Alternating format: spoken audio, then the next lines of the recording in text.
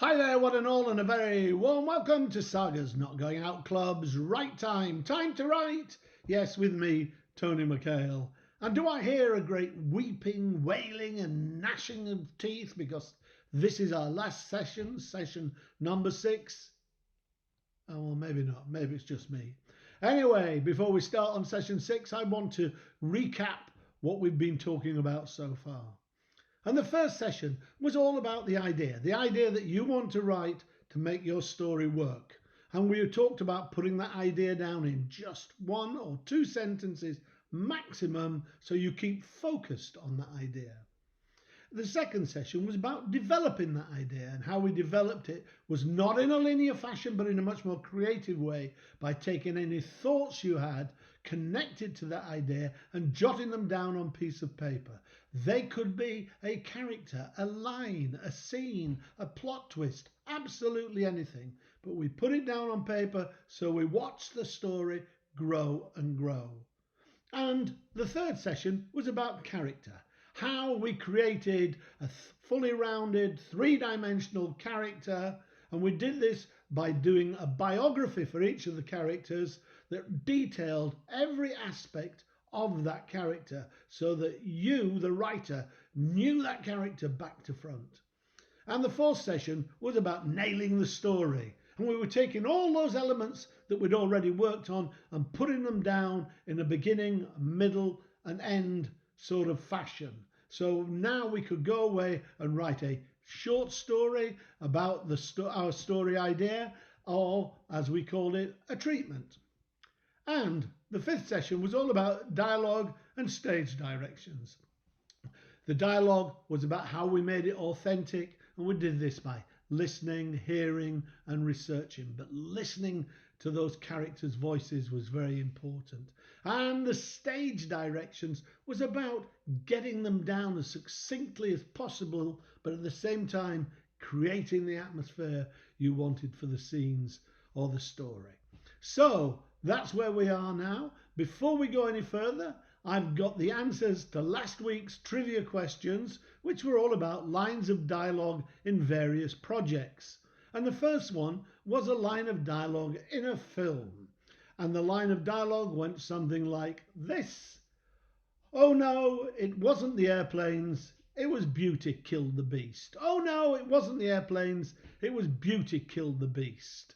Yes, and that comes from a film. Did you know which film it was? I'm going to tell you right now, it was King Kong, the 1933 version. Yeah, a great film. And it was written by James Creelman and Ruth Rose. Actually, it was written by a number of other people as well, but those were the 2 people credited for it. And Ruth Rose apparently actually wrote that particular line. So the second one was from a novel. And the line of dialogue was this. Your firm writes most highly of your talents. They say you are a man of good taste. Your firm writes most highly of your talents, and they say you are a man of good taste. And there was a pause between the taste that's indicated in the text. And anybody get that one? I'm sure a few of you did. Yes, it's from that terrific novel. It's from Bram Stoker's Dracula, a great novel that if you haven't read, go out and read. And the last one was actually from a play. The last line of dialogue is from a stage play, which I think is probably the most difficult one to get, but see how you went on. The line of dialogue was, I got brown sandwiches and green sandwiches. It's either very new cheese or very old meat. I've got brown sandwiches and green sandwiches. It's either very new cheese or very old meat. And who got that one? Well done if you did, because it was Neil Simon's The Odd Couple, a great writer. If you've got all 3 of those, brilliantly. Well done, because they were quite difficult, those. But what I was doing was trying to illustrate how good dialogue can be. All of those have come from 3 very different genre pieces of work, and yet they're all great lines of dialogue. So that's what you were aiming for. So now on to session 6 in the deep end. And what session 6 is all about is a number of suggestions. Right? Nothing of this is set in stone.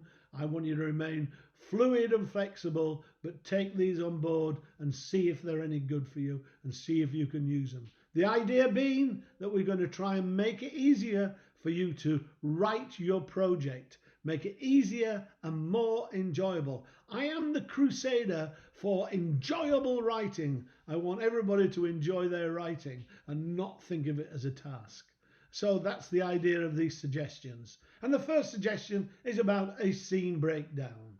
And that's just as it sounds, a scene by scene breakdown of the piece of work you're doing.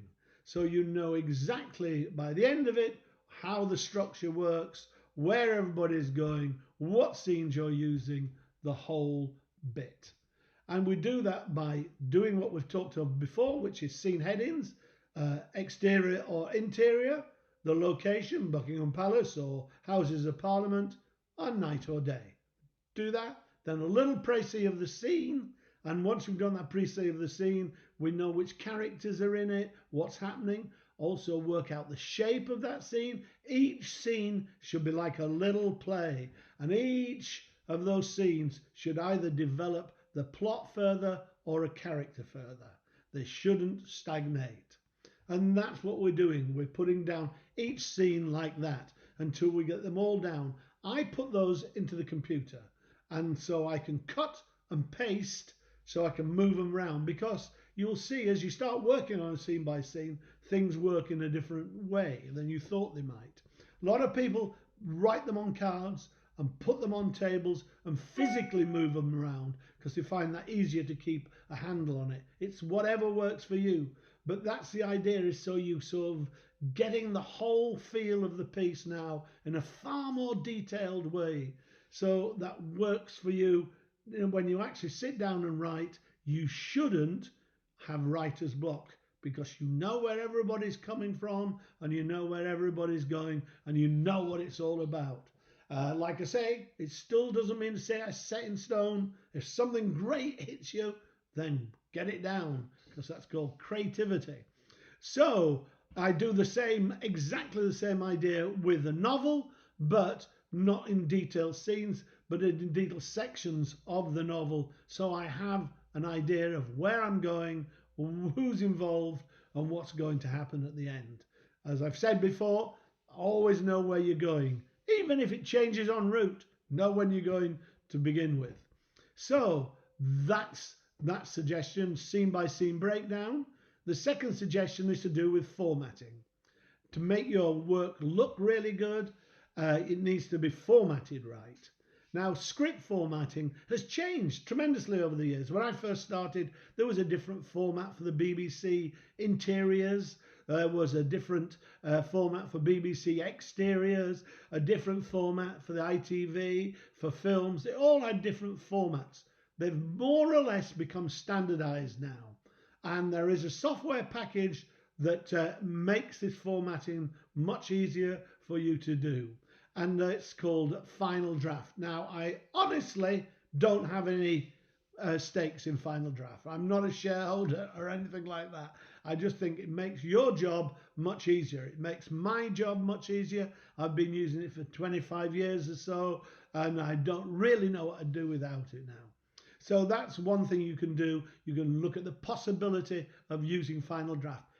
You can use Word, but it'll just take you longer. It's more laborious. And for a novel, there are script writing packages and, novel writing packages, such as Scrivener and Ulysses. But strangely enough, what most writers use is Word. And that's still the most popular format to write a novel in. I use Word to write my novels. I've not had any problems with it, and I will continue to do so. So that's the thought. But make it look right. Make it look authentic. Make it look the real deal. So that's formatting, to keep your formatting. The next suggestion is about read and rewrite. Every day I come into this office and I sit down, and the first thing I do is read what I've written the previous day.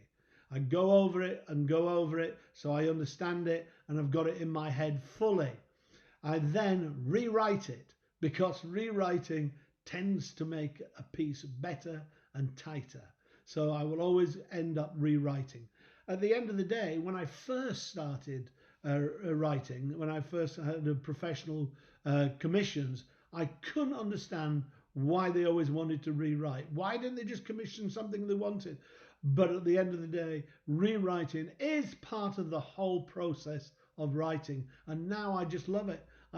My problem is now letting the piece go, because I'm thinking, oh, I could just do with another rewrite on it, so it's even better, or that's what you hope at least.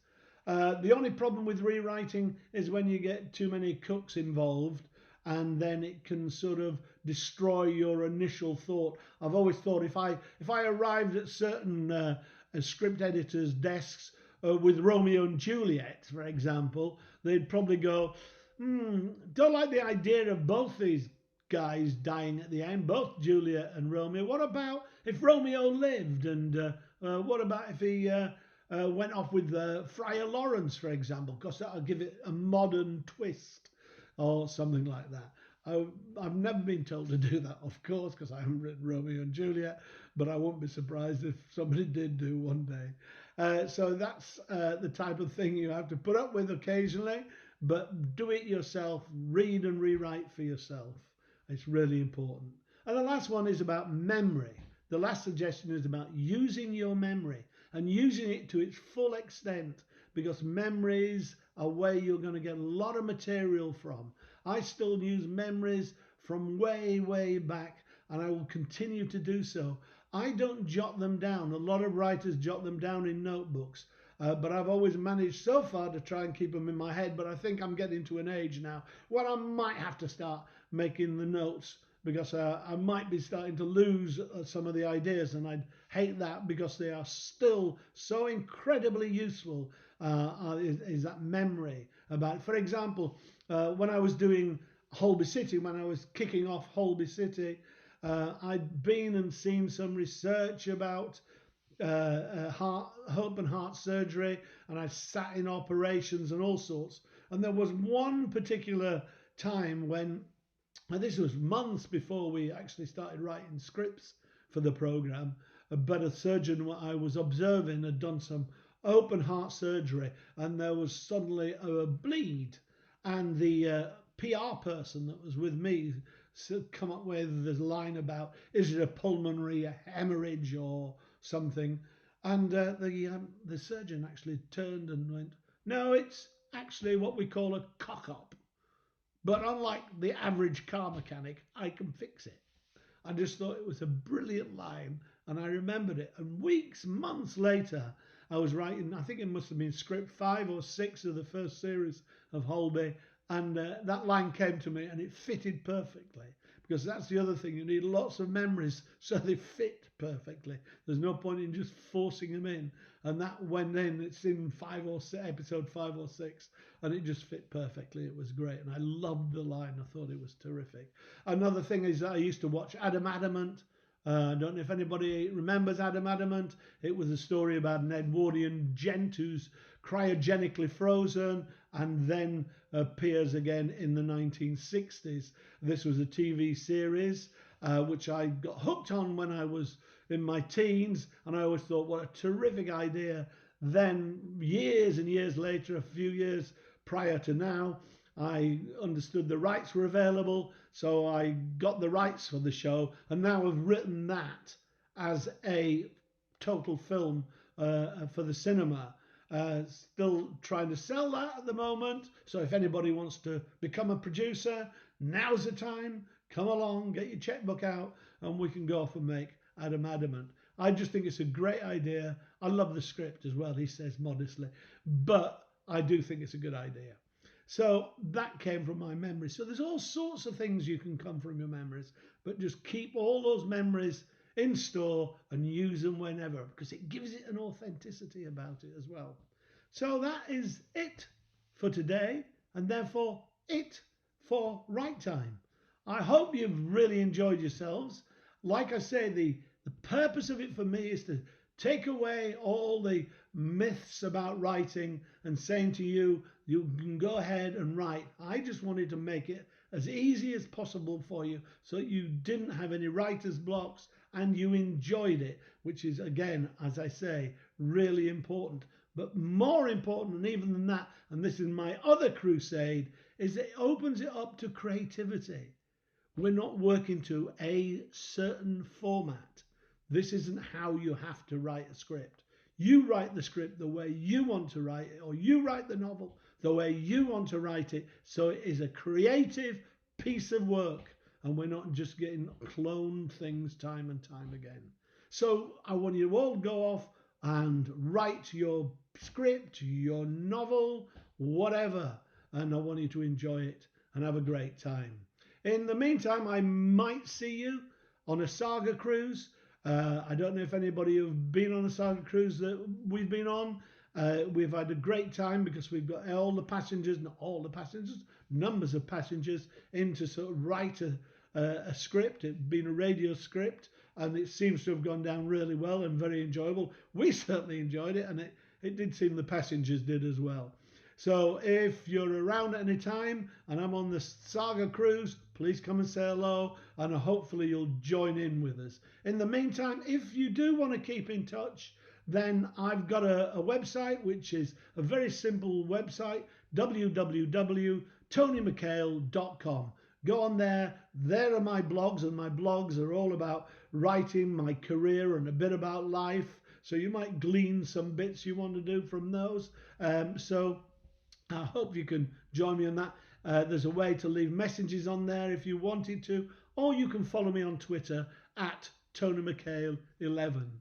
And obviously I'll get back to you as soon as I possibly can. So in the meantime, go off, enjoy your writing, do what you think is great, and finish, because that's the most important thing. You've got to finish your project, because our 3 rules are: writers write, simple isn't easy, and there are no rules. Thank you so much for joining me. It's been an absolute pleasure. I've thoroughly enjoyed it. In the meantime, stay well, stay healthy, stay safe, stay alert. Au revoir for now. Thanks again.